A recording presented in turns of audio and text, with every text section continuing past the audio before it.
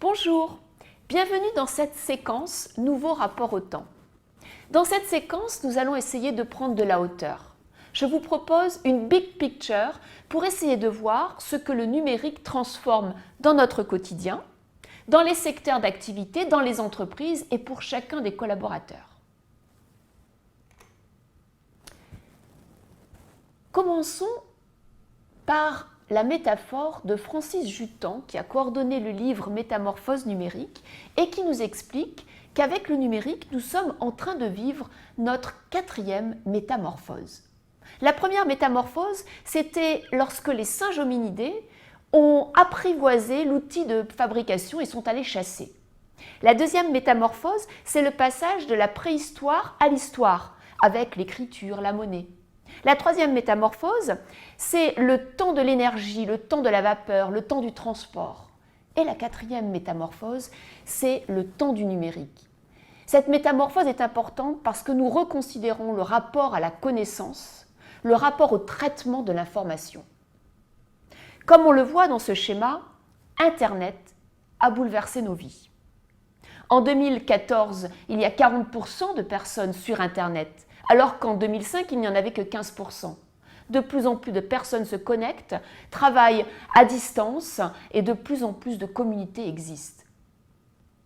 Comme le dit Milad Jouali, qui est responsable de la chaire Transformation numérique à Laval, au Québec, le numérique, c'est une nouvelle civilisation. Avec le numérique, tout se transforme. Allons un petit peu plus loin sur les secteurs d'activité. Tous les secteurs d'activité sont concernés. C'est très intéressant de voir qu'en fait, il y a 3 types d'entreprises. Vous avez les entreprises qui naissent avec le numérique. Ces entreprises qui, tout de suite, ex nihilo, adoptent des façons de travailler et une culture très agile.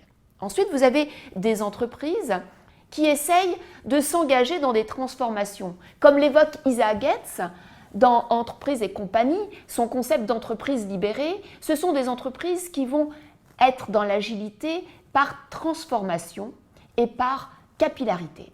Ensuite, vous avez, 3e type d'entreprise, des entreprises séculaires. Ce sont des entreprises qui existent depuis longtemps et qui doivent faire cette mue. Et cette mue est difficile. Elle est difficile, mais elle est faisable. Et elles sont obligées de la faire. Autrement, elles seront concurrencées comme Airbnb concurrence Accor, comme Blablacar ou Uber concurrence les taxis, donc il faut s'adapter. C'est le champion du numérique, M. Babinet, Gilles Babinet, qui nous explique qu'en fait, il y a 5 domaines qui seront fortement impactés très rapidement par le numérique. L'éducation, la connaissance, la santé, l'État et la production. Mais tous les domaines seront concernés. Il y a quelque temps, des étudiants, Emma, Élise, Rémi, Étienne, expliquaient et réfléchissaient à la façon dont le numérique allait transformer le métier de facteur. Prenons cet exemple. Est-ce que demain, le facteur sera un facteur qui n'existe plus et c'est les drones, les mails, qui nous permettront de communiquer, de recevoir les informations? Est-ce que demain, au contraire, le facteur sera un facteur Shiva? Celui qui va tout faire, va aller dans les coins les plus retirés de la France et puis en même temps prendra les commandes pour la pharmacie ou prendra des commandes pour le supermarché. Ou alors, 3e possibilité, est-ce que le facteur de demain sera un facteur agile qui fera certaines activités à très forte valeur ajoutée? Réfléchissez à votre métier, réfléchissez à votre secteur d'activité et essayez de voir comment le numérique peut le transformer. Continuons sur ce que ça change vraiment pour le collaborateur. Une chose est sûre, le monde dans lequel on évolue est un monde VUCA, un monde volatile, incertain, complexe et agile. Ce monde VUCA a été imaginé par les Américains, par l'armée américaine dans les années 90 et est un monde sur lequel il faut avoir de nouveaux réflexes. C'est un monde où les 3 I sont importants. Le I d'innovation, le I d'influence et le I d'information. Qu'est-ce que cela veut dire pour le collaborateur? Il y a de nouvelles frontières. Le collaborateur doit être dans une logique open. Il doit travailler bien sûr en interne sur des projets, en transversalité, et en externe avec des communautés. Il est dans une co-construction d'un besoin ou d'un produit avec le client. Les frontières dépassent celles de l'entreprise. On est dans une logique de prestation de plus en plus. Il y a bien sûr de nouveaux espaces, des espaces entre la vie privée et la vie personnelle qui doivent être repensés, de nouveaux pouvoirs. Le manager n'est plus celui qui détient l'information et qui exprimera ce pouvoir grâce à cet avantage. Le manager est celui qui va diffuser l'information, celui qui va la donner à chacun de façon extrêmement précise. Et enfin, il y a de nouveaux besoins. Des besoins liés bien sûr au travail, mais aussi des besoins liés à la vie privée, des besoins qui viennent de la génération Y et de nouvelles formes d'appétence. En conclusion, pour le collaborateur, celui-ci évolue vers de nouveaux usages. Par exemple, sur le recrutement.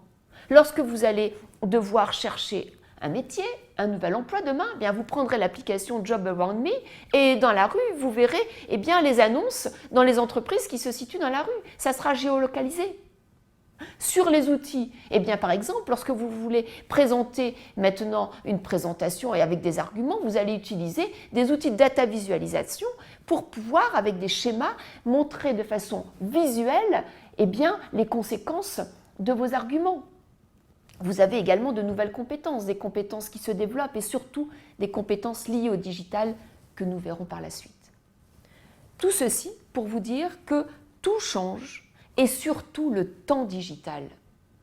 Nous passons d'un temps séquencé où chaque tâche devait être faite par rapport à un temps donné à un temps synchrone, tout est fait en même temps. On doit à la fois répondre, à la fois établir un devis, à la fois discuter, mais en même temps checker ses mails, etc. Nous passons d'un temps maîtrisé à un temps subi. De plus en plus d'interactions viennent bien sûr déranger le manager et des interactions physiques, virtuelles, individuelles et collaboratives. Nous passons d'un temps perdu à un temps maîtrisé, à un temps optimisé. Dans les transports, quand nous avons notre smartphone, nous pouvons regarder un MOOC, nous pouvons apprendre de l'anglais et donc on gagne en efficacité. Mais attention, parce que ce temps devient unique. Avec les webconférences, avec le télétravail, quel que soit l'endroit géographique où on se trouve, on peut communiquer ensemble. Ainsi, ce que l'on peut conclure, c'est que nos trois unités fondamentales, le temps, le lieu et l'espace, sont repensées avec le digital. Pour le manager, ce qui est important, c'est quoi? C'est l'influence, l'innovation, l'information.